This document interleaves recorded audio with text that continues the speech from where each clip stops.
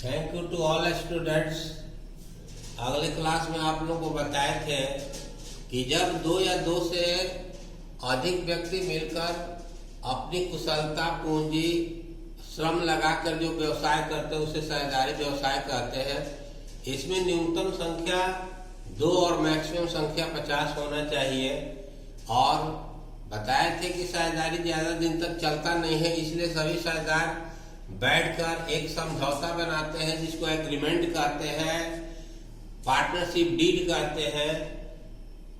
और ये partnership deed में सारा ब्यौरा रहता है कि साझेदारी को कैसे चलाया जाएगा। अगर ये पार्टनरशिप डीड नहीं बनाया जाए तो साझेदारी ज्यादा दिन तक चलता नहीं है। और अगर ये एग्रीमेंट डीड बन गया है तो उसके अनुसार साझेदारी फर्म को चलाया जाएगा। अगर साझेदार अपना पार्टनरशिप डीड नहीं बनाते हैं तब भी साझेदारी चल सकता है, लेकिन उस स्थिति में 1932 में साझेदारी अधिनियम बना है जिसमें जो नियम दिया है वह नियम लागू होने लगेगा। उसमें है कि ये लाभ का बंटवारा बराबर बराबर होगा। अगर कोई साझेदार ये लोन दिया है उस पर 6% के दर से इंटरेस्ट दिया जाएगा, पूंजी पर ब्याज नहीं दिया जाएगा, ड्राइंग पर ब्याज नहीं दिया जाएगा और लाभ का बंटवारा बराबर बराबर होगा। सैलरी नहीं दिया जाएगा, कमीशन नहीं दिया जाएगा। तो बताए थे कि प्रॉफिट एंड लॉस जिस तरह सोल ट्रेड में बनता है इसी तरह पार्टनरशिप में भी प्रॉफिट एंड लॉस अकाउंट बनता है। लेकिन उस प्रॉफिट एंड लॉस में जो प्रॉफिट होता है उस प्रॉफिट को वहां बांटा नहीं जाता है। उस प्रॉफिट को प्रॉफिट एंड लॉस एप्रोप्रिएशन के क्रेडिट साइड में ले आते हैं, जिसके लिए लिखते हैं by profit and loss account. Amount column में हम लिख दिए कि एक नेट प्रॉफिट। उसके बाद जो लाभ आ गया प्रॉफिट एंड लॉस का प्रॉफिट, उस प्रॉफिट में से ही अगर साझेदारों की पूंजी पर ब्याज देना होता है तो एप्रोप्रिएशन अकाउंट में लिखते हैं। सैलरी देना होता है तो एप्रोप्रिएशन के डीआर में ही लिखते हैं। कमीशन अगर साझेदारों को देना होता है तो डेबिट साइड में ही लिखते हैं। कोई रिजर्व करना होता है तो रिजर्व करते हैं। ये सब का लेखा प्रॉफिट एंड लॉस में नहीं होता है, बल्कि कहाँ होता है, profit and loss appropriation account में होता है। अगर ड्राइंग पर ब्याज लेना है तो क्रेडिट साइड में लिखते हैं क्योंकि फर्म के लिए आमदनी है। और पूंजी पर ब्याज साझेदारों को जो सैलरी देना है, कमीशन देना है, यह खर्च है, इसलिए प्रॉफिट एंड लॉस एप्रोप्रिएशन के डीआर में जाएगा। पहले प्रॉफिट लिख दिया गया, प्रॉफिट एंड लॉस का प्रॉफिट। ड्राइंग पर ब्याज अगर है तो उसको क्रेडिट साइड में लिखा जाएगा। साझेदार जो पूंजी लगाए हैं उस पर अगर इंटरेस्ट देना है, अगर एग्रीमेंट में लिखा हुआ है, डील में लिखा है तो पूंजी पर ब्याज दिया जाएगा, रेट दिया रहेगा। क्वेश्चन में सैलरी अगर देना है, कोई एक्टिव पार्टनर है तो उसको सैलरी देना है तो उसको सैलरी दिया जाएगा। अगर कमीशन देना है तो कमीशन दिया जाएगा, ये क्वेश्चन में लिखा रहेगा। अगर कोई रिजर्व करना है तो रिजर्व किया जाएगा।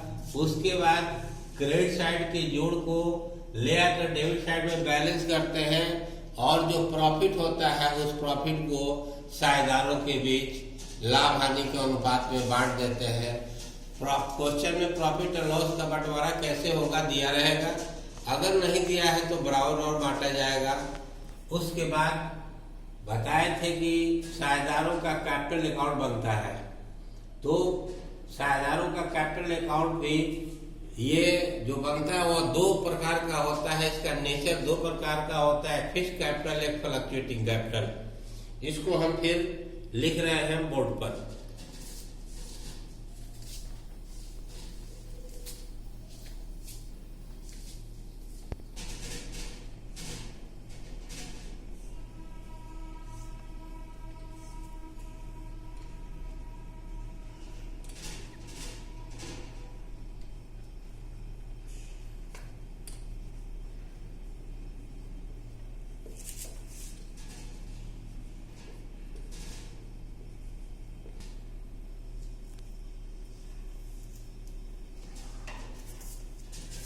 बताए थे कि profit and loss appropriation account के बाद कैपिटल अकाउंट बनता है। कैपिटल दो नेचर का होता है, एक फिक्स कैपिटल, एक फ्लक्चुएटिंग कैपिटल।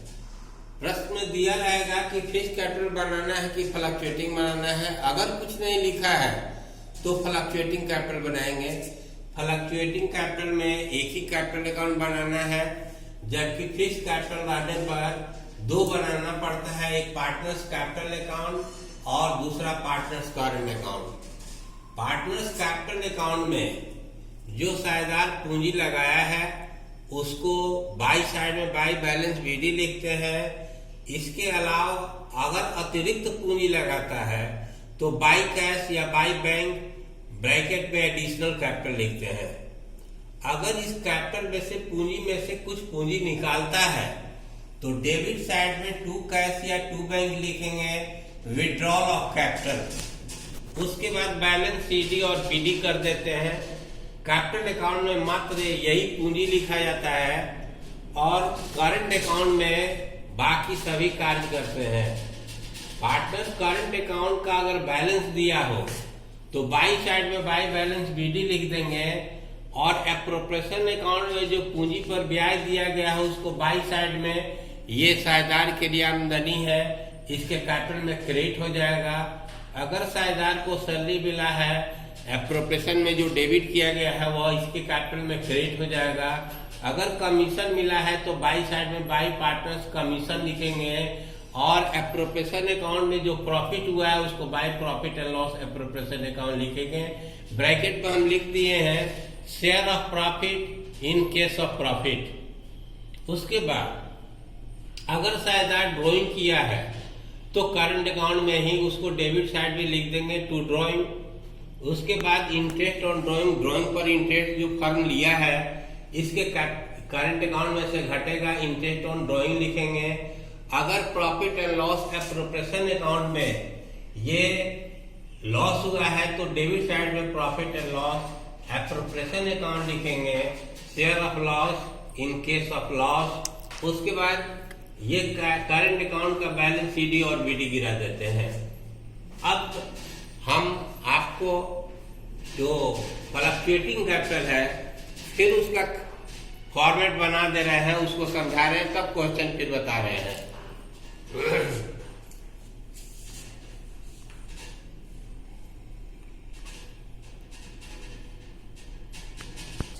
फ्लक्चुएटिंग कैपिटल रहने पर एक ही कैपिटल अकाउंट बनेगा जिसमें कैपिटल और करंट मिलाकर एक बनेगा, जिसमें बाई साइड में बाई बैलेंस बीडी कैपिटल लिख देंगे। अगर अतिरिक्त पूंजी लगाता है तो बाई कैश या बाई बैंक एडिशनल कैपिटल लिखेंगे और जो इंटरेस्ट ऑन कैपिटल गया था करंट अकाउंट में वह कैपिटल अकाउंट में ही आ जाएगा by interest on capital. Salary इसी में आ जाएगा, कमीशन भी आ जाएगा और प्रॉफिट एंड लॉस एप्रोप्रिएशन का प्रॉफिट आ जाएगा। और ड्राइंग डेबिट साइड में आ जाएगा, interest on drawing debit side में आ जाएगा। अगर प्रॉफिट एंड लॉस एप्रोप्रिएशन में लॉस हुआ है तो वह कैपिटल अकाउंट के डेबिट साइड में आ जाएगा, शेयर ऑफ लॉस। उसके बाद बैलेंस सीडी और बीडी गिराएंगे। यानी फ्लक्चुएटिंग कैपिटल रहने पर एक ही कैपिटल बनाना है जिसमें सारा लेखा होगा और फिक्स कैपिटल रहने पर दो बनाना पड़ता है, एक कैपिटल अकाउंट और दूसरा करंट अकाउंट। ये फॉर्मेट रहा, दोबारा आप लोगों को ये बता दिए। अब हम क्वेश्चन आप लोगों को भेज रहे हैं जो बिहार बोर्ड का एसके सिंह का क्वेश्चन है, 1 नंबर 2 नंबर हम अभी बनाकर आप लोगों को समझा रहे हैं। फिर आगे देखिए।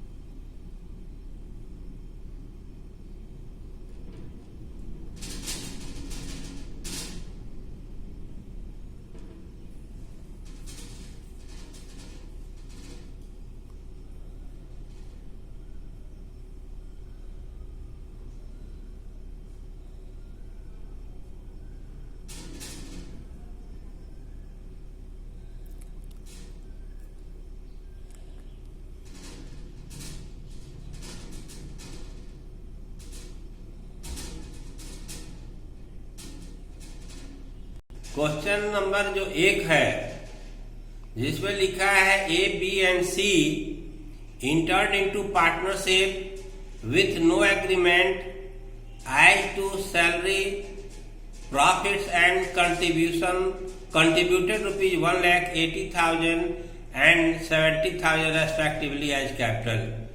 A, B, C 3 साझेदार हैं। ये कोई एग्रीमेंट नहीं बना है लाभ हानि बंटवारा का, और पूंजी 1 लाख ए लगाया है, 80,000 बी लगाया है और 70,000 सी लगाया है। C advance a loan of ₹50,000 to the firm state that, यानी बताइए कि, यानी सी ने 50,000 फर्म को लोन दिया है। ये बताना है, क्या बताना है? 1 नंबर कह रहा है कि how do they share profit, यानी वे लोग लाभ हानि कैसे बांटेंगे। What rate of interest is given on seize loan, C के लोन पर किस रेट से इंटरेस्ट दिया जाएगा। तीसरा है for taking part in management B claims a salary of ₹6,000 per annum is the entitled to it, यानी क्या वह पाने का अधिकारी है।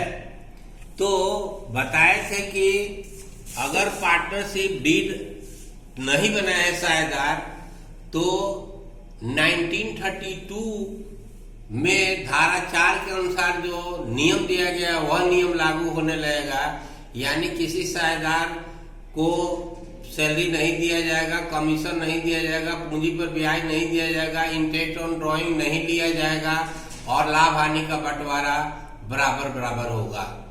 तो जो पहला क्वेश्चन है कि how do they share profit, यानी प्रॉफिट को कैसे बांटेंगे, तो हम लिख दिए हैं कि in the absence of partnership deed, यानी साझेदारी संलेख के अभाव में पार्टनरशिप डीड के एग्रीमेंट के ये नहीं बनाने पर ये partner shall share the profit equally, यानी अगर नहीं बनाया है तो पार्टनर लाभ हानि को बराबर बांटेंगे। दूसरा क्वेश्चन है कि जो लोन दिया है सी फर्म को, उस पर किस रेट से इंटरेस्ट दिया जाएगा। अगर डीड नहीं बनाया है, एग्रीमेंट नहीं बनाया है, तो धारा ये 4 बताता 1932 का धारा 4 की, उस पर लोन पर 6% के दर से इंटरेस्ट दिया जाएगा। और तीसरा है, हम लिख दिए हैं कि 6% per annum interest will be given on seize loan. उसके बाद तीसरा क्वेश्चन है कि for taking part in management B claims a salary of ₹6,000 per annum, यानी अगर मैनेजमेंट में बी ये पार्टिसिपेट करता है, हिस्सा लेता है, तो उसको 6,000 रुपया सालाना सैलरी मिलेगा। Is the entitle to it, यानी क्या वह पाने का अधिकारी है। तो हम लिख दिए कि नो, यानी वह सैलरी पाने का अधिकारी नहीं है, क्योंकि वे लोग अपना डीड नहीं बनाए हैं। अगर डीड बना लिए रहते उसमें वर्णित रहेगा कि सैलरी दिया जाएगा तो दिया जाएगा। अगर वे लोग डीड नहीं बनाया है तो ये सी को सैलरी नहीं, बी को सैलरी नहीं दिया जाएगा। हम लिख दिए no, in the absence of partnership deed partner is not entitled to any salary over और रेम्युनरेशन, यानी पार्टनरशिप डीड के एब्सेंस में, अनुपस्थिति में साझेदार ये सैलरी और रेम्युनरेशन पाने के अधिकारी नहीं है। इसके आधार पर फिर आप लोग 2 नंबर क्वेश्चन अपने से बनाइए, जहां दिक्कत होगा कल फिर हम इसको बताएंगे। पार्टनर्स का कैपिटल बनाना है मनु, और ये राघव का कैपिटल अकाउंट का फॉर्मेट जो बताए हैं, अगर फिक्स है तो फिक्स बनाइए, फ्लक्चुएटिंग है तो फ्लक्चुएटिंग बनाइए, फिर अगले वीडियो में फिर बताया जाएगा। 1 नंबर जो क्वेश्चन है वो आप लोगों के स्क्रीन पर है, आप लोगों की बुक में भी दिया है, बुक से क्वेश्चन देख सकते हैं या स्क्रीन पर क्वेश्चन देखकर ये इसको हम हल कर दिए हैं। इसमें कोई ऑब्जेक्शन हो तो फिर अगले वीडियो में, यानी इसको हम अच्छी तरह से समझा दिए हैं, ये आप लोग को समझ में आ गया होगा। फिर अगला क्वेश्चन 2 नंबर आप लोग अपने से बना लीजिएगा, 3 बनाइए, फिर यहाँ दिक्कत होगा बोलिएगा। ठीक, थैंक यू।